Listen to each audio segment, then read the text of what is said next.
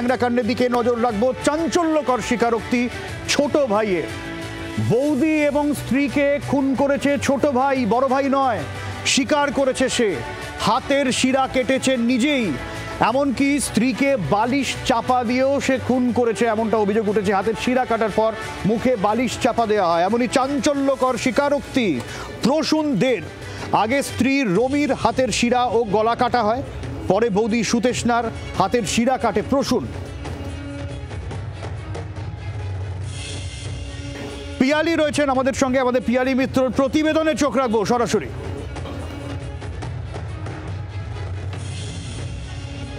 পুলিশের জিজ্ঞাসাবাদে অবশেষে ট্যাংরাকাণ্ডে হাসপাতালে চিকিৎসাধীন থাকা প্রসূন দে স্ত্রী এবং তার বৌদিকে খুনের কথা স্বীকার করেছে বলে পুলিশ সূত্রের দাবি। প্রসূন দে জানিয়েছে যে তার স্ত্রী প্রথমে হাতের শিরা কেটে আত্মহত্যা করার চেষ্টা করেন, কিন্তু সেই কাজে ব্যর্থ হয় তিনি।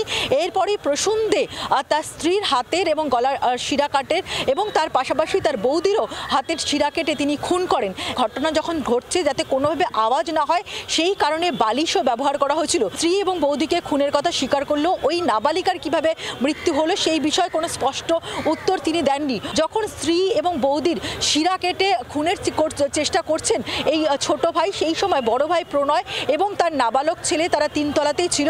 পরবর্তী সময় তাকে নিচে নামিয়ে আনা হয় এবং সেখানে নিচের ঘরেই ছোট এই নাবালক ছেলেরও হাতে শিরা কাটার চেষ্টা করা হয় এবং ওই নাবালকের পুলিশের কাছে দাবি যে যখন তার শিরা কাটা হচ্ছিল সেই সময় তার কোনো অনুভূতি ছিল না।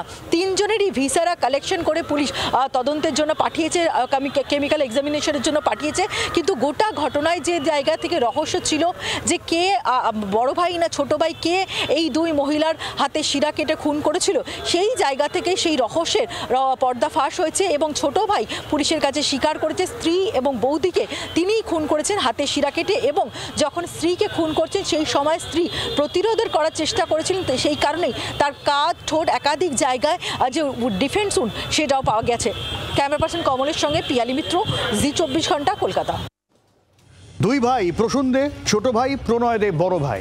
এখনো পর্যন্ত যে তথ্য সামনে আসছে, প্রসূন দে সেই হাতের শিরা কেটেছিল বৌদি এবং স্ত্রীর, এবং যে কালশিটের দাগ পাওয়া গেছে, এখানে প্রশ্ন উঠছে তাহলে কি মারধরও করা হয়েছিল তাকে? কোথাও গিয়ে মৃত্যু নিশ্চিত করার জন্য মারা হয়েছিল, পরে মুখে বালিশ চাপা দেওয়া হয়।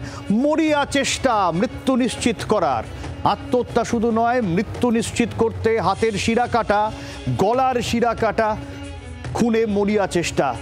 ওদিকে বড় ভাই প্রণয়, সে তখন পায়েসে বিষ মেশাচ্ছেন, এমনটাই তথ্য সামনে এসেছে।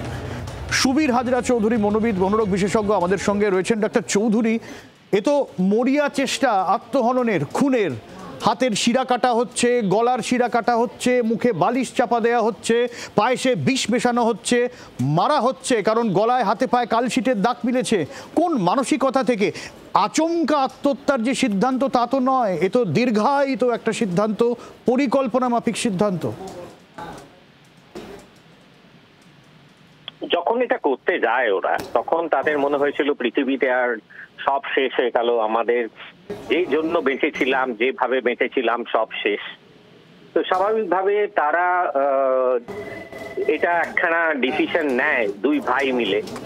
যদিও বাস্তবে এটাই যে একমাত্র উপায় ছিল তা নয়, কিন্তু মনে রাখতে হবে এরা প্রফেশনাল ক্রিমিনাল নয়, এদের অনুশোচনা ভীষণভাবে আছে, সুতরাং তারা স্বীকার করে নিয়েছে এবং এখন নিশ্চয়ই তাদের অনুশোচনা আছে। এবং আমার নিজের মনে হয় এই ধরনের যারা স্বীকার করে নেয় পরে জেল কাস্টাডি বা পুলিশ কাস্টাডিতে আমি দেখেছি এদের সেখানেও কিন্তু সম্ভাবনা অনেক বেশি থাকে। সুতরাং শুধুমাত্র যারা যে বাচ্চাটি সার্ভাইভার শুধু তার নয়, এর ক্ষেত্রেও কিন্তু আত্মহত্যার সম্ভাবনা কাস্টাডিতে অনেক বেড়ে যায়।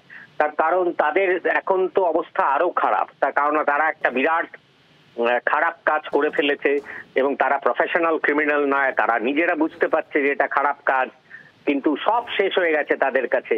সুতরাং তাদের এই যে মনে হয় যে বেঁচে থেকে কোনো লাভ নেই, সেটা আরো দৃঢ় হবে এই বিশ্বাসটা। আচ্ছা, তাই এটা ধন্যবাদ। বাংলার আওয়াজ, বাঙালির আবেগ, জি24 ঘন্টা।